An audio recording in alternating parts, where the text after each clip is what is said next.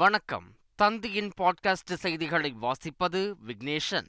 முதலில் தலைப்புச் செய்திகள்.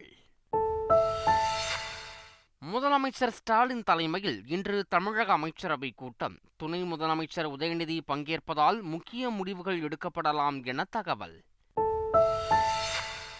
சொத்து வரி உயர்வை கண்டித்து அதிமுக சார்பில் தமிழகம் முழுவதும் இன்று மனித சங்கிலி போராட்டம். அனைத்து மாநகராட்சி, நகராட்சி மற்றும் பேரூராட்சிகளில் நடைபெறும் என்று எடப்பாடி பழனிசாமி அறிவிப்பு. ஜம்மு காஷ்மீர், ஹரியானா சட்டப்பேரவை தேர்தலில் பதிவான வாக்குகள் இன்று எண்ணிக்கை. ஆட்சியை பிடிக்கப் போவது யார் என நாடு முழுவதும் பெரும் எதிர்பார்ப்பு. திருமூர்த்திமலை பஞ்சலிங்க அருவியில் வெள்ளப்பெருக்கு. அமனலிங்கேஸ்வரர் கோவிலை தண்ணீர் சூழ்ந்தது. முன்னெச்சரிக்கை நடவடிக்கையாக பக்தர்கள் வெளியேற்றப்பட்டதால் பெரும் அசம்பாவிதம் தவிர்ப்பு. சென்னையில் நள்ளிரவு தொடங்கி விடிய விடிய வெளுத்து வாங்கிய மழை. அதிகாலை முதல் கனமழை பெய்து வருவதால் வெளியே செல்ல முடியாமல் மக்கள் அவதி. டெல்லியில் இன்று மாலை நடைபெறுகிறது 70வது தேசிய திரைப்பட விருதுகள் வழங்கும் விழா. தேர்ந்தெடுக்கப்பட்ட சினிமா கலைஞர்களுக்கு விருதுகளை வழங்கி கௌரவிக்கிறார் குடியரசுத் தலைவர் திரௌபதி முர்மு.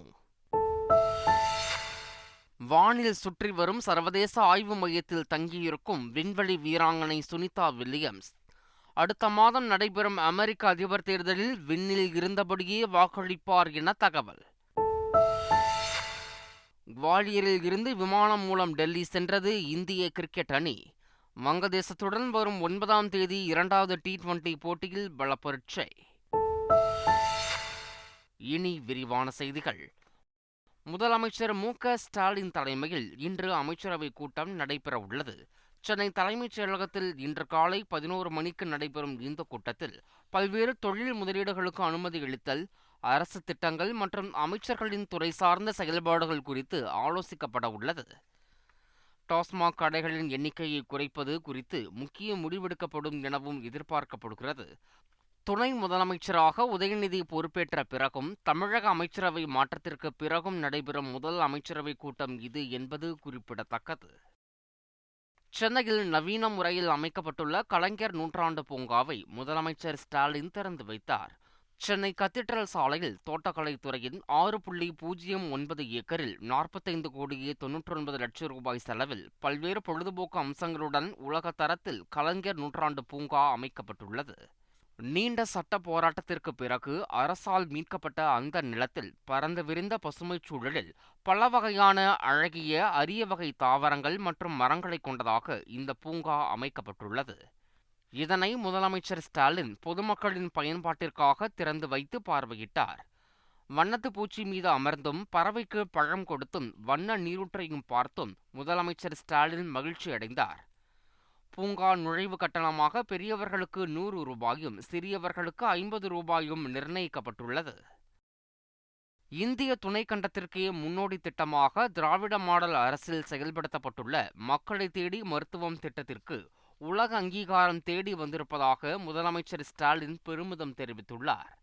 1,80,00,000-த்திற்கும் அதிகமான மக்கள் இதுவரை இந்த திட்டத்தால் பயன்பெற்றுள்ளதாக முதலமைச்சர் எக்ஸ் தள பதிவில் குறிப்பிட்டுள்ளார்.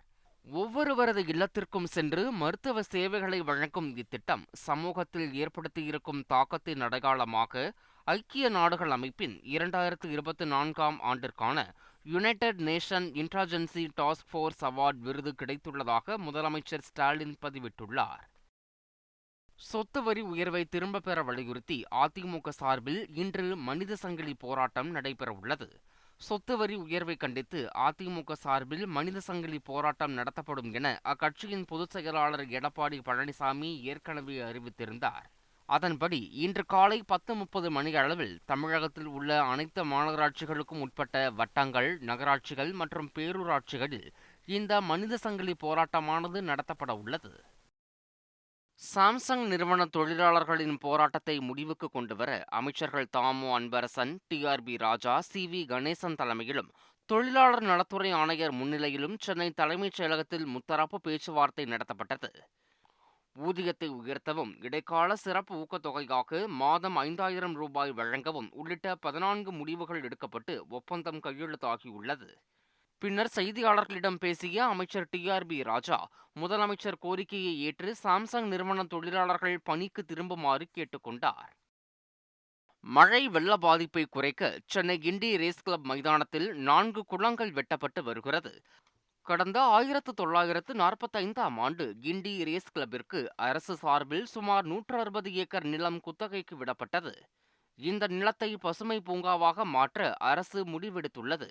இந்நிலையில் கிண்டி ரேஸ் கிளப்பில் புதிதாக 4 குளங்களை வெட்டும் பணியில் சென்னை மாநகராட்சி ஈடுபட்டுள்ளது.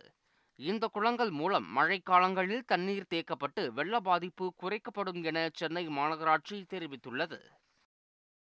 ராமேஸ்வரம் அருகே மனைவியை அடித்து கொலை செய்து வீட்டிற்கு முன்பாக குழி தோண்டி புதைத்து நாடகமாடிய கணவனை போலீசார் கைது செய்தனர். ஏரகாடு பகுதியைச் சேர்ந்த தர்மராஜ் என்பவர் தகராறில் தனது மனைவி தனலட்சுமியை சுத்தியலால் தாக்கி கொலை செய்து வீட்டின் முன்பாக குழி தோண்டி புதைத்ததாக கூறப்படுகிறது. மனைவியை காணவில்லை என்று புகார் அளித்த தர்மராஜின் மீது சந்தேகம் ஏற்பட்டதால் காவல் நிலையம் அழைத்துச் சென்று விசாரித்த போது மனைவியை கொலை செய்து புதைத்ததை ஒப்புக்கொண்டார். இதையடுத்து தர்மராஜை கைது செய்த போலீசார் கொலை செய்யப்பட்ட தனலட்சுமியின் உடலை கைப்பற்றி பிரேத பரிசோதனைக்காக அரசு மருத்துவமனைக்கு அனுப்பி வைத்தனர். ஆம்ஸ்ட்ராங் கொலை வழக்கில் ரவுடி சம்போ செந்திலை பிடிக்க சென்னை போலீசார் துபாய்க்கு விரைந்துள்ளனர். பகுஜன் சமாஜ் கட்சியின் மாநில தலைவராக இருந்த ஆம்ஸ்ட்ராங் கொலை வழக்கில் ஏட்டோ குற்றவாளியாக கருதப்படும் ரவுடி சம்போ செந்திலை போலீசார் தொடர்ந்து தேடி வருகின்றனர். சம்போ செந்தில் வெளிநாட்டில் தலைமறைவாக இருப்பதாக கூறப்படும் நிலையில் ரெட் கார்னர் நோட்டீஸ் பிறப்பித்த சென்னை போலீசார் இன்டர்போல் நோடல் அதிகாரி உதவியுடன் சம்போ செந்திலை பிடிக்க துபாய் விரைந்துள்ளனர்.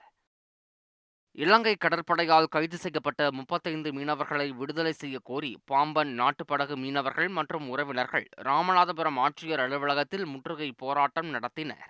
மீனவர்கள் கைது செய்யப்பட்டு 60 நாட்களுக்கு மேலாகியும் விடுதலை செய்யவில்லை என்று போராட்டக்காரர்கள் கூறினர். போராட்டத்தின் போது மீனவ பெண் ஒருவர் பெட்ரோல் ஊற்றிக்கொண்டு தற்கொலைக்கு முயன்றதால் பெரும் பரபரப்பு ஏற்பட்டது. திருப்பூர் மாவட்டம் உடுமலை அருகே உள்ள திருமூர்த்தி மலை பஞ்சலிங்க அருவியில் திடீர் வெள்ளப்பெருக்கு ஏற்பட்டது. இதனால் மலை அடிவார பகுதியில் உள்ள அமனலிங்கேஸ்வரர் கோவிலில் தண்ணீர் சூழ்ந்தது. மழை முன்னெச்சரிக்கை நடவடிக்கையாக பக்தர்கள் வெளியேற்றப்பட்ட நிலையில் 1 மணி நேரத்திலேயே கோயிலை மழை வெள்ளம் சூழ்ந்தது. இதனால் பெரும் அசம்பாவிதம் தவிர்க்கப்பட்டது. கோயிலை அறநிலையத்துறை அதிகாரிகள் கண்காணித்து வருகின்றனர். கேரளா மற்றும் தென் தமிழகத்தின் மேல் நிலவும் வளிமண்டல கீழடுக்கு சுழற்சி காரணமாக மத்திய மற்றும் வடக்கு மாவட்டங்களில் மிக பலத்த மழைக்கும் தென் மாவட்டங்களில் பரவலான மழைக்கு வாய்ப்பிருப்பதாக வானிலை ஆய்வு மையம் தெரிவித்துள்ளது. இந்நிலையில் சென்னையின் பல்வேறு பகுதிகளில் நேற்று இரவு கனமழை கொட்டி தீர்த்தது. மயிலாப்பூர், அண்ணா சாலை, அடையார், கிண்டி, வடபழனி, எழும்பூர், அண்ணாநகர் உள்ளிட்ட பல பகுதிகளில் கனமழை வெளுத்து வாங்கியது. விடிய விடிய விட்டு விட்டு மழை பெய்த நிலையில் காலையில் வெளுத்து வாங்கியது. அதிகாலை முதல் கனமழை பெய்து வருவதால் வெளியே செல்ல முடியாமல் மக்கள் அவதியடைந்துள்ளனர். வளர்ந்த நாடு என்ற இலக்கு நிறைவேறும் வரை ஓய மாட்டேன் என்று துடிப்புடன் பணியாற்றுவேன் என்றும் பிரதமர் மோடி சூளுரைத்துள்ளார்.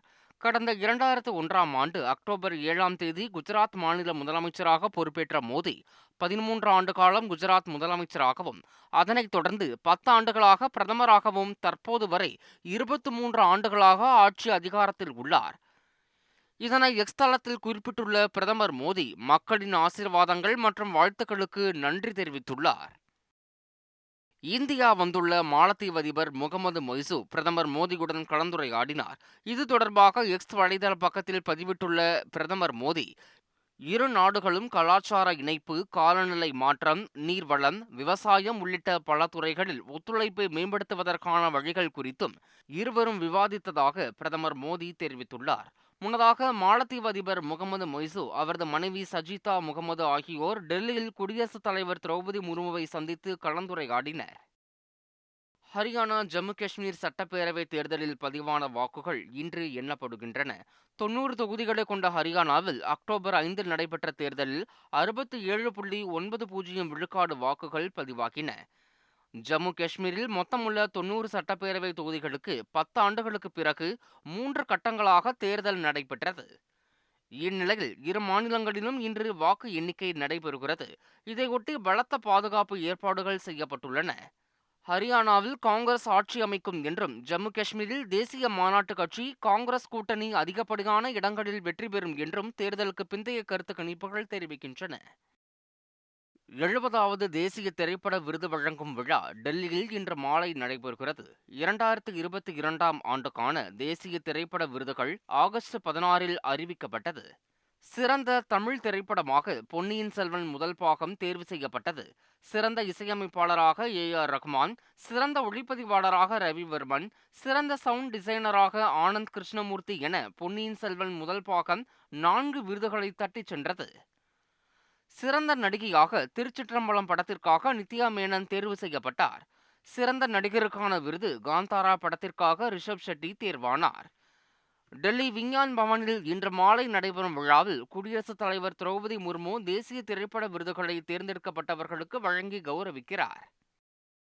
திருச்சிற்றம்பலம் போன்ற படத்திற்கு தேசிய அங்கீகாரம் கிடைப்பது வரவேற்கக்கூடியது என நடிகை நித்யா மேனன் தெரிவித்துள்ளார்.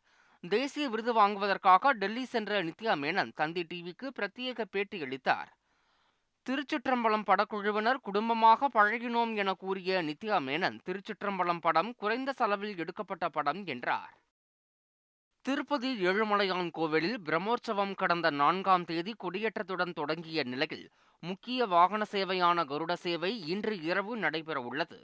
இதையொட்டி ஸ்ரீவில்லிபுத்தூர் ஆண்டாள் கோவிலில் இருந்து ஆண்டாள் சூடிக் கொடுத்த கிளியுடன் கூடிய மாலை திருப்பதிக்கு கொண்டு வரப்பட்டது. ஏழுமலையான் கோவில் எதிரே உள்ள பெரியஜீயர் மடத்தில் மாலைக்கு சிறப்பு பூஜை செய்யப்பட்டு தேவஸ்தான அதிகாரிகளிடம் வழங்கப்பட்டது. இஸ்ரேல் ஹமாஸ் இடையிலான போர் நேற்றுடன் ஓராண்டு நிறைவடைந்த நிலையில் லெபனான் தலைநகர் பெய்ரூட் அருகே இஸ்ரேல் மீண்டும் வான்வழி தாக்குதல் நடத்தியது. கடந்த மாதம் ஹிஸ்புல்லா அமைப்பின் தலைவர் ஹசன் நஸ்ரல்லா பெய்ரூட் அருகே கொல்லப்பட்டதை அடுத்து லெபனானில் இஸ்ரேல் தாக்குதலை தீவிரப்படுத்தியுள்ளது. ஹிஸ்புல்லா நிர்வாகிகளை குறிவைத்து தாக்குதல் நடத்தி வரும் இஸ்ரேல் பெய்ரூட் அருகே கடுமையான வான்வழி தாக்குதல் நடத்தியது. அப்போது இஸ்ரேல் ராணுவ ஜெட் விமானங்கள் குண்டு மழை பொழிந்ததால் இரவை பகலாக்கும் வகையில் கட்டிடங்கள் வெடித்து சிதறி தீப்பிடித்து எரிந்தன. காசாவில் உள்ள இஸ்ரேலிய பிணை கைதிகளுக்கு ஆபத்து அதிகரித்து வருவதாக ஹமாஸ் எச்சரிக்கை விடுத்துள்ளது. இஸ்ரேலை மிரட்டும் வகையில் ஹமாஸ் வெளியிட்டுள்ள எச்சரிக்கை வீடியோவில் பேசும் ஹமாஸ் அமைப்பைச் சேர்ந்த ஒரு நபர், இஸ்ரேல் பிரதமர் நெதன்யாகு மற்றும் அவரது ரத்தம் தேடும் அரசாங்கம் பிடிவாதமாக இருக்கும் வரையில் ரஃபாவில் நடந்தது போல் மற்ற இஸ்ரேலிய பிணை கைதிகளுக்கும் நடக்கலாம் என எச்சரித்துள்ளார். பிணை கைதிகளின் தலைவிதி இஸ்ரேலிய அரசின் முடிவை சார்ந்தது எனவும் ஹமாஸ் கூறியுள்ளது. அமெரிக்க அதிபர் தேர்தலில் விண்வெளி வீராங்கனை சுனிதா வில்லியம்ஸ் விண்ணில் இருந்து வாக்களிப்பார் என தகவல் வெளியாகியுள்ளது. கடந்த ஜூன் மாதம் சக விண்வெளி வீரர் புட்ச் வில்மோருடன் போயிங் ஸ்டார்லைன் விண்கலம் மூலம் சர்வதேச விண்வெளி ஆய்வு மையத்திற்கு சென்றார். பின்னர் விண்கலத்தில் ஏற்பட்ட தொழில்நுட்ப கோளாறு காரணமாக அவர்கள் பூமிக்கு திரும்புவது தாமதமானது.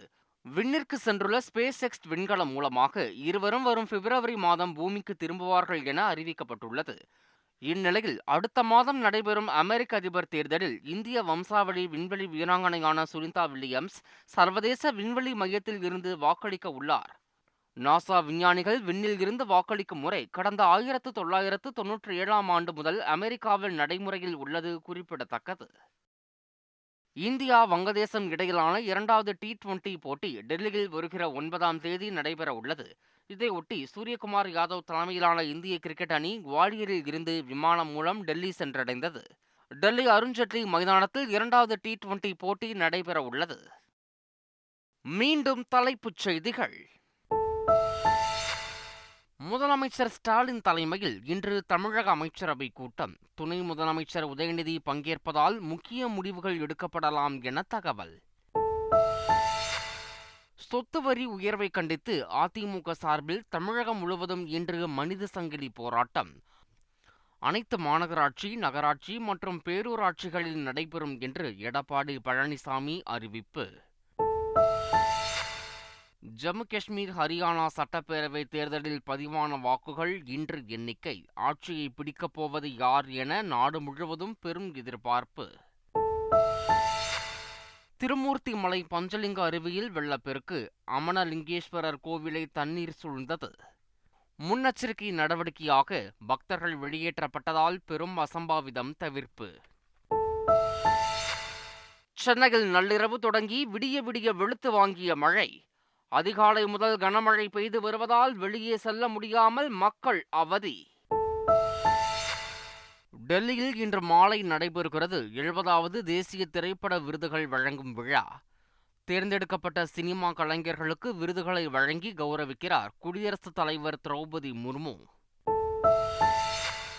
வானில் சுற்றி வரும் சர்வதேச ஆய்வு மையத்தில் தங்கியிருக்கும் விண்வெளி வீராங்கனை சுனிதா வில்லியம்ஸ் அடுத்த மாதம் நடைபெறும் அமெரிக்க அதிபர் தேர்தலில் விண்ணில் இருந்தபடியே வாக்களிப்பார் என தகவல். குவாலியரில் இருந்து விமானம் மூலம் டெல்லி சென்றது இந்திய கிரிக்கெட் அணி. வங்கதேசத்துடன் வரும் 9ஆம் தேதி 2வது T20 போட்டியில் பலப்பரீட்சை.